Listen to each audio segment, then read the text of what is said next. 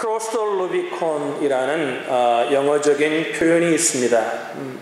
루비콘 강을 건너다 이런 의미인데요. 그 언어의 표현이 생겨나게 된 배경은 이렇습니다. BC 49년 1월 줄리어스 시저가 전쟁에서 승리하고 로마로 돌아오게 됩니다.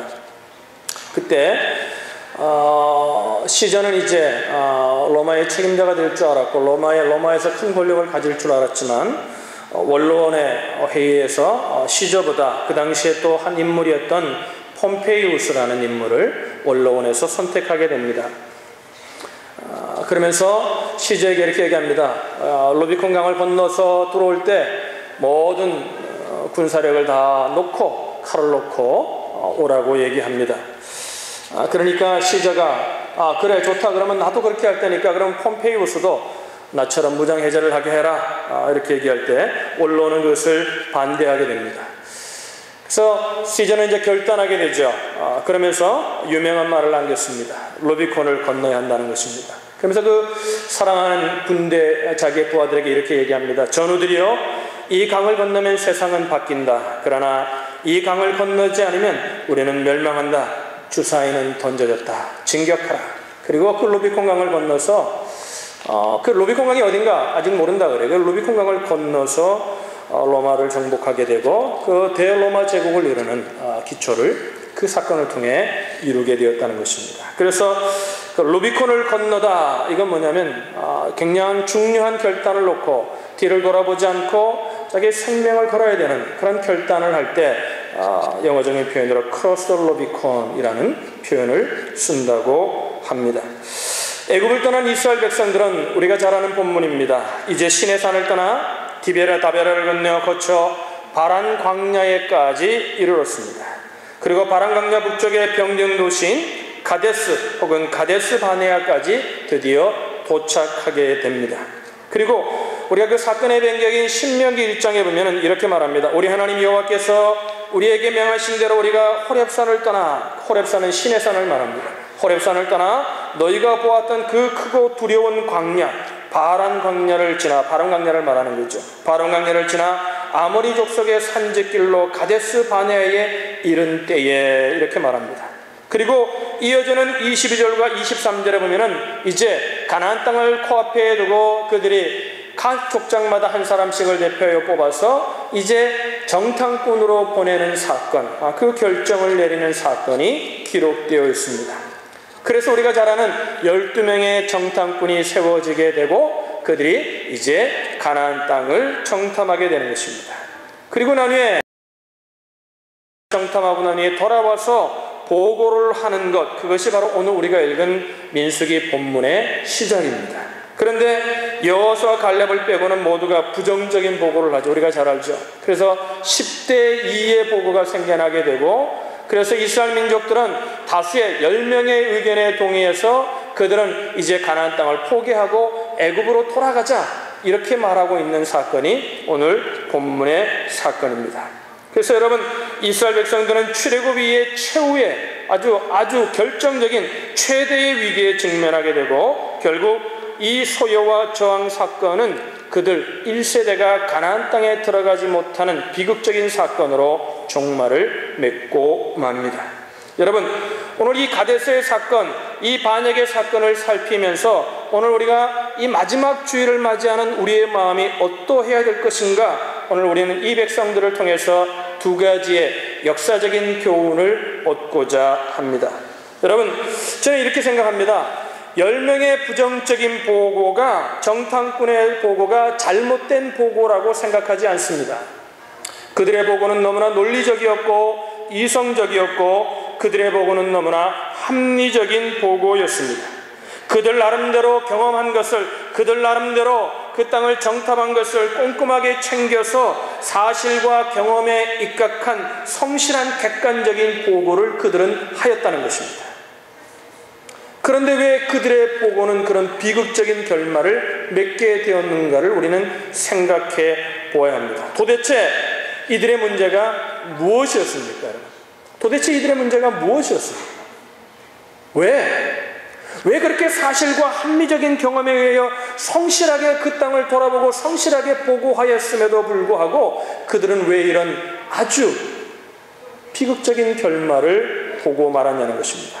저는 그 근본적인 것의 문제는 무엇이냐면 그들의 보고가 잘못된 것도 아니고 그들이 그 땅을 정탐할 때 게을렀던 것도 아니고 그들의 보고가 비합리적인 것도 아니고 그들의 보고가 잘못된 것 때문이 아니라 그들의 근본적인 문제는 무엇이냐면 그 보고 가운데 믿음이 없었다는 것입니다. 믿음이 없었기에 그들은 그런 심각한 결론을 내릴 수밖에 없었다는 사실을 오늘 우리는 본문을 통해서 우리는 배울 수 있어야 합니다. 여러분, 오늘 우리는 지나온 2012년을 돌아보게 하는 마지막 주일에 오늘 이 아침에 우리는 하나님 앞에 있습니다. 제가 2012년을 돌아보면서 우리 교회의 여러 가지 또 돌아보고 또 사진을 통해서 스크랩 해놓았던 신문기사라든지 인터넷을 통해서 돌아보면서 하나같이 좋은 일도 있었지만 많은 것들이 힘들고 어려웠던 것들 투성이라는 사실을 발견하게 되었습니다.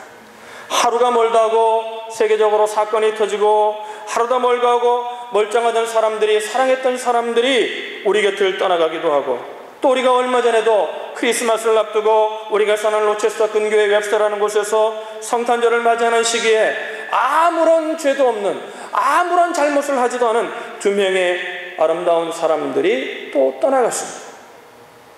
여러분, 이사야 43장 18절에는 이런 말씀이 있죠. 너희는 이전 일을 기억하지 말며 옛적 일을 생각하지 말라. 그 말씀을 생각하면 그럴 수만 있으면 얼마나 좋을까. 그죠? 그럴 수만 있으면 얼마나 좋을까. 하나님 말씀처럼 이전 일을 다 잊어버리고 기억하지 않고 옛적 일을 생각하지 않으셨으면 얼마나 좋을까. 그런데 여러분, 그 기억이 우리 속에 또렷하게 그것이 나와 연관된 사건도 있고 나와 연관되지 않았지만 가슴을 아프게 했던 사건들이 아직도 우리의 기억 속에 또렷하게 남아있다는 것입니다. 여러분, 우리 그리스도인들은 이런 일을 만나게 되고 이런 사건들을 보면서 이런 일들을 겪으면서 문득 이런 생각을 여러분 하게 되지 않습니까? 과연 정말 하나님이 계신 것인가? 정말 하나님이 계시다면 왜 이런 어처구니 없는 일들이 이 땅에 일어날 수밖에 없는 것인가? 이런 생각하지 않습니까? 이해가 안 가는 사건들이죠.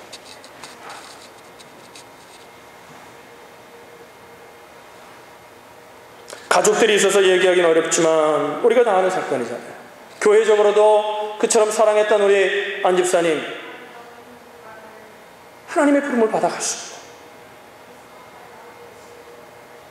하나님 왜 그러셨는가?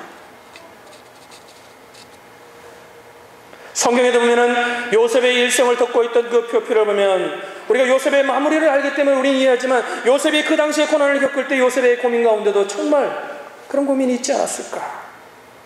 바빌론의 포로가 되어 갔을 때도 이스라엘 백성들이 애굽에서 430년간 종살이 할 때도 그들은 그런 생각을 하지 않았을 것인가?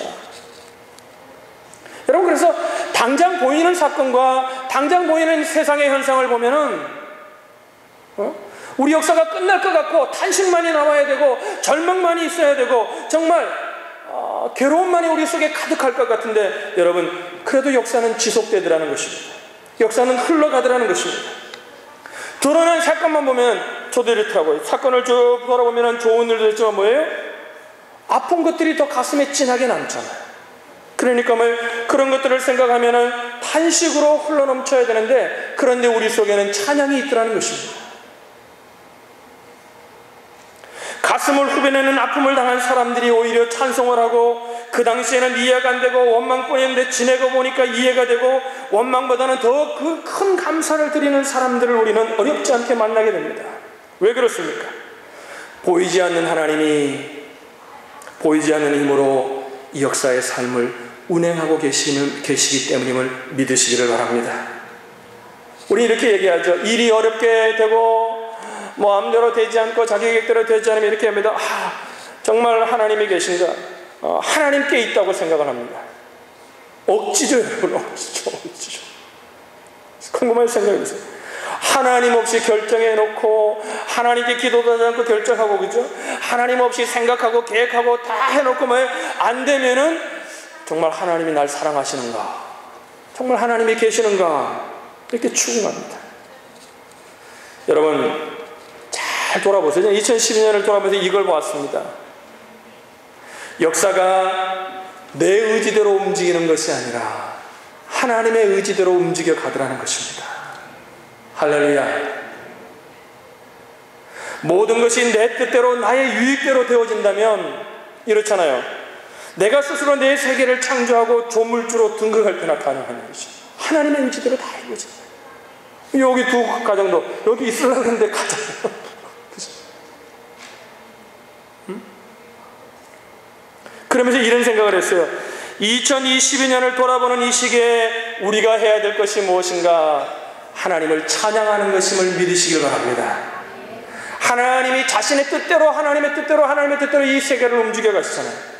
그런데 뭐예요? 그 역사를 움직이되 선한 끈을 가지고 움직이시잖아요. 우리의 삶을 역사 가운데 두시는데 그냥 움직이시는 것이 아니라 그냥 마음대로 움직이시는 것이 아니라 우리를 향한 선한 끈을 붙들고 우리를 움직여 가시더라는 것입니다. 그래서 하나님을 찬양할 수 있다는 것입니다. 오늘 제가 왜 이 얘기를 드리는 것입니까? 그들이 그 가나안 땅을 다 정탐하고 난 후에 10명이 왜 그런 부정적인 보고, 그 보고로 말미암아 그들은 비극을 맞이했냐는 것입니다. 여러분 2012년을 돌아보면은 아마 여러분 가운데도 저 가운데도 아픔이 있고 어려움이 있고 슬픔이 있었을 것입니다. 내 마음대로 되지 않아서 가슴 조였던 때가 더 많았을지도 모르겠습니다. 그러나 여러분 갈렙처럼 새 땅을 바라보듯이 새해를 바라보실 수 있는 이 마지막 주일이 되시기를 주님의 이름으로 축원합니다. 하나님이 계시잖아요. 그래서 여러분 어떤 분은 이런 얘기를 하더라고요. 우리가 십자가에 달린 예수님을 바라보잖아요. 그래서 여러분 예수 믿는 거는 더하기 삶이라는 겁니다. 그 십자가가 더하기라는 거예요. 왜 더하기예요? 우리의 삶에 하나님을 더하면은 그것이 어떤 삶인지 해석이 된다는 것입니다. 오늘 그들의 보고가 잘못된 것이 아니라 그들은 그 보고의 마지막에 누가 계셔야 됩니까? 하나님이 더하여 된다는 것입니다. 그런데 그들은 하나님을 얘기하지 않았다는 것입니다. 여러분 오늘 2012년 이 마지막 주일에 여러분의 삶을 돌아보며 그곳에 계셨던 하나님을 발견하실 수 있기를 주님의 이름으로 축원합니다. 두 번째, 우리 오늘 본문 통해서 첫 번째 믿음의 교훈을 얻어야 되고 두 번째 순종의 교훈을 우리는 얻게 됩니다. 결국 10명의 정탐꾼 그리고 그들을 따라 소유에 동참했던 당시 이스라엘 백성들의 또 하나의 근본적인 문제는 무엇이었냐면 불순종이었다는 것입니다. 여러분 잘 생각해 보십시다. 그들을 지금 애굽 땅에서 출애굽하게 하신 분이 누구이십니까? 누구의 인도를 따라 여기까지 왔습니까? 하나님의 인도를 따라 왔습니다.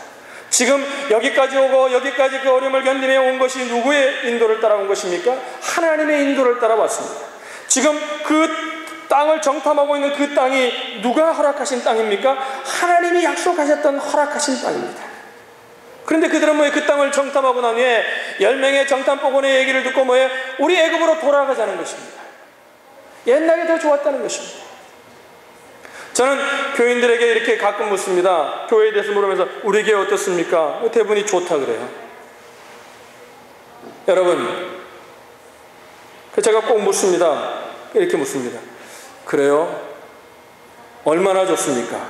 어떤 분이 만약에 더 이상 좋아질 수 없는 교회입니다. 그러면 여러분 그 교회는 희망이 없는 교회예요. 저는 이런 말을 듣기 원해요. 다음 해가 기대되는 교회입니다. 여러분의 믿음을 바라보면서 어떤 분들이 나는 저분의 삶이 다음 해가 기대가 된다. 이런 삶이 축복의 삶이에요. 할렐루야. 옆에 사람에게 얘기하시다. 당신을 보니 2013년도가 기대가 됩니다. 이렇게 얘기하십시다.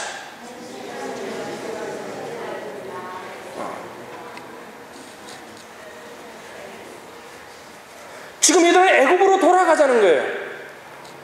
여러분 예수 믿는 사람은 여러분 매일매일 더 좋은 일이 우리에게 있고 더 좋은 것들이 하나님이 우리에게 예비하셨음을 믿고 걸어가는 삶임을 믿으시기를 바랍니다. 그래서 여러분 애굽으로 돌아가자 그러니까 이게 불순종이네. 그러니까 여호수아와 갈렙이 이스라엘 백성들에게 제일 엄중하게 경고한 바가 무엇입니까? 14장 9절에 보면은 다만 여호와를 거역하지 말라. 다만 여호와를 거역하지 말라는 거예요. 다만 여호와를 거역하지 말라는 거예요. 지금 너희들의 얘기가 잘못되었다고 그들은 얘기하지 않습니다. 다만 여호와를 거역하지 말라. 지금 그 땅이 좋으냐, 살기 좋으냐, 불편하냐, 그것에 위험이 있느냐, 안악조선이 있냐, 여리고성이 있느냐, 그것을 알고 모르느냐, 그것이 네가 생각에 좋은 것이냐, 안 것이냐, 그것보다도 더 중요한 것인데, 그것은 뭐냐면 그것이 하나님이 말씀하시는 땅이냐 아니냐가 중요하다는 거예요.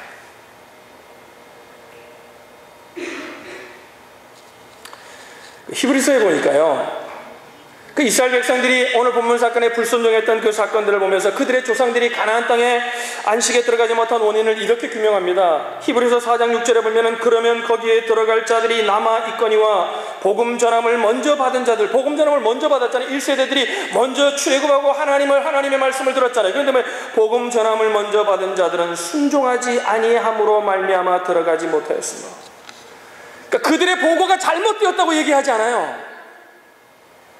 그들이 그곳에 들어가지 못한 이유는 단 한 가지인데 뭐예요? 순종하지, 여호와를 기쁘시게 하지 않았다는 거예요.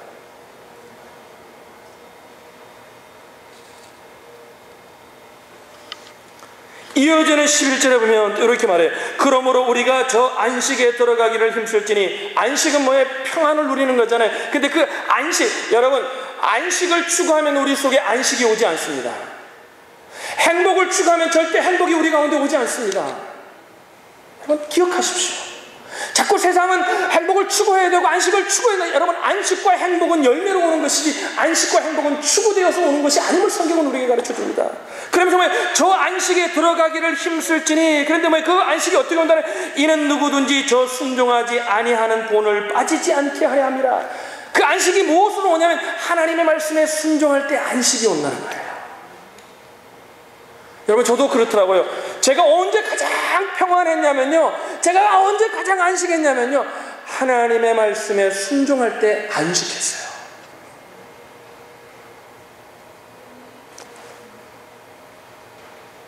제가 그러잖아요, 웃은 얘기로. 여러분, 좋은 차를 산다고 여러분 안식이 되던가요? 며칠은 좋아요. 그죠? 가서 막 깎기도 하고, 그죠? 그거요, 한 달 이상 가면 좀 정신이 이상한 사람이에요. 그럴 수 없어요. 안식은 그렇게 오지 않아요. 그렇게 사랑했던 사람들이, 그죠? 사랑하면 막 끝나고 결혼만 하면 막 행복이 올 것 같죠, 그죠? 결혼하니까 어떻던가요? 웃는 분들이 많아요. 그 여자분들은 더 웃어요. 왜? 남자들이 말을 잘 안 듣는가 보죠. 여러분, 사랑하는 사람을 바라본다고 해서 평안해지고 행복해지는 게 아니에요. 여러분, 가정을 이루어서 하나님의 말씀대로 하나님 말씀에 순종해 갈 때 그 가정이 진정한 안식이 있는 거예요. 할렐루야. 그래서요, 저희도요, 저희 아내랑 우리 식구들이 다 안식할 때가 언제냐면요, 믿음 안에서 하나가 되어져 있을 때 안식이 있어요, 그 속에. 겉으로 더 좋은 조건이 주어졌는데도 여러분, 믿음 안에서 하나가 되지 않고 하나님의 말씀을 향하여 나아가지 않으면 그 속에 안식이 없더라고요. 막 이렇게 해가지고 좋았는데요, 좋은 것 같은데 딱 하면 허무해요.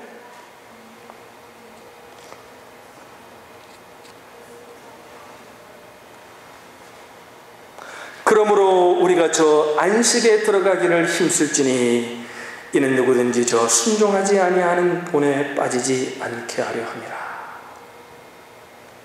옆에 분을 축복하십시다. 2013년도에는 안식이 있기를 축복하시기 바랍니다. 안식이 있기를 축복합니다. 그런데 여러분, 그 안식은 가만히 교회에 앉아있다고 오는 게 아니에요. 순종할 때 오는 것입니다. 그러므로 우리가 2012년 마지막 주를 맞이해서 2013년을 바라보면서 여러 가지 계획을 세우고 기도 제목도 만들고 다 좋습니다. 그러나 여러분, 그 속에 그거보다도 먼저 있어야 되는 것이 뭐냐면은, 제일 먼저 우리가 기도하고 고민하고 제일 먼저 하나님 앞에 간구해야 될 것이 무엇이냐면, 어떻게 해야 내가 지속적인 순종의 삶을 새해도 살아갈 수 있을까? 이걸 우리는 심각하게 기도하고 고민해야 됨을 기억하실 수 있기를 바랍니다. 여러분, 맨소레담 알죠? 이렇게 뻔하면 바르는 맨소레담. 건강제약품으로 아주 어마어마한 돈을 벌지 않습니까? 그 회사를 만들어 그 맨소레담을 만든 사람이 엘버트 알렉산더 하이드라는 그리스인이었습니다. 이분이 경제공황, 미국의 경제공황이 있었잖아요. 그 경제공황 시절 그 당시 돈으로 10만 달러의 빚을 지게 됩니다. 그래서 여러분, 그 당시 10만 달러면 어마어마한 돈입니다. 빚잔치를 다 하고 나면 이제 조그만한 것을 가지고 조그만한 일을 시작하면서 이분이 제일 먼저 한 것이 무엇인 줄 알아요? 11조 생활이었다고 합니다. 그 주위 사람들이 다 말렸다고 합니다. 야, 하나님도 아시니까 조금 있다가 조금 이제 경제적으로 좋아지면 좀 기반을 삼으면 하면 되지 않냐. 다 합리적이고 맞는 얘기. 근데 이분이 이런 얘기를 했대요. 나에게는 지금 이제 다시 재기하느냐 성공하느냐가 중요한 것이 아니라 나에게 가장 중요한 것은 내가 그동안 하나님께 지었던 빚을 갚아나가는 것이 내 인생의 목표다. 돈 얘기하니까 인상 찌푸리는 분이 한두 분이 있습니다. 여러분, 지금 약간 돈 얘기하는 게 아닙니다. 그분이 11조라는 그 믿음의 삶의 표현을 통해 그 엘버트 알렉산더 하이드가 표현하고자 했던 붙들었던 믿음이 무엇이라고 여러분 생각하십니까?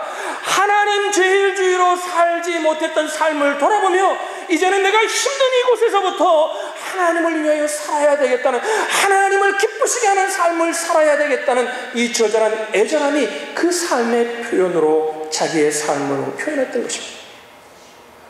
여러분, 우리가 순종해야 된다는 것을 모르는 분들이 누가 있겠습니까? 순종하고 싶지 않은 분들이 어디 있겠습니까? 예수 믿는 사람이라면 다 순종하고 싶을 것입니다. 저도 정말 순종하고 싶고, 여러분 이 자리에 앉은 분들이 정말 주님을 믿는 분이라면 다 순종하는 삶을 살고 싶은 것이 너무나 당연할 것입니다.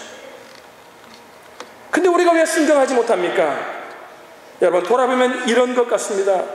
순종할 때 늘 우리를 망설이게 하고 불순종하게 하는 것이 무엇입니까? 다음에 대한 걱정입니다. 내가 이거 순종하면은 이거 어떻게 될 건가? 계산이 나오지 않는 겁니다.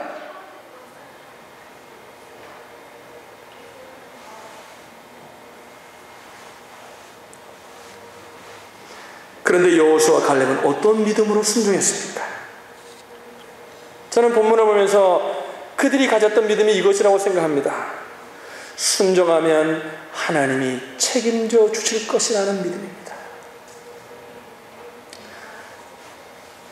군사력으로 이길 수 있다, 이런 생각이 아닙니다.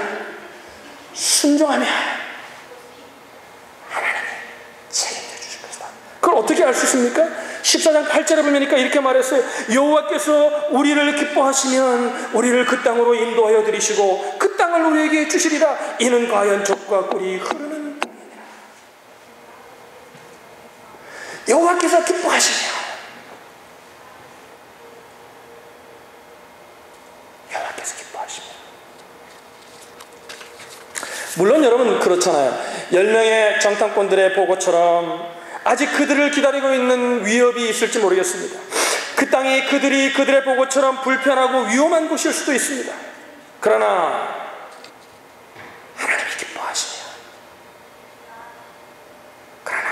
하나님이 기뻐하시면, 그 땅이 가나안 땅이 될 수 있다는 것입니다. 할렐루야. 불편한 그 땅이 하나님이 축복하시며 젖과 꿀이 흐르는 땅이 될 수 있다는 것입니다. 위험한 그 삶이 하나님이 기뻐하시며 하나님이 우리를 지켜주실 것이라는 것입니다. 할렐루야. 말씀을 정리하겠습니다. 저와 여러분의 삶을 돌아보십시다. 이 올 한 해를 마무리하면서 무엇이 되었느냐 안 되었느냐를 생각하기 전에 이 한 해의 삶 속에 계셨던, 내 인생에 더하기에 되셨던 하나님을 기억하실 수 있기를 주님의 이름으로 부탁드립니다. 그리고 여러분, 이 새해를 맞이하고자 하는 여러분들의 마음속에 계획하십시오. 기도 제목도 만드십시오.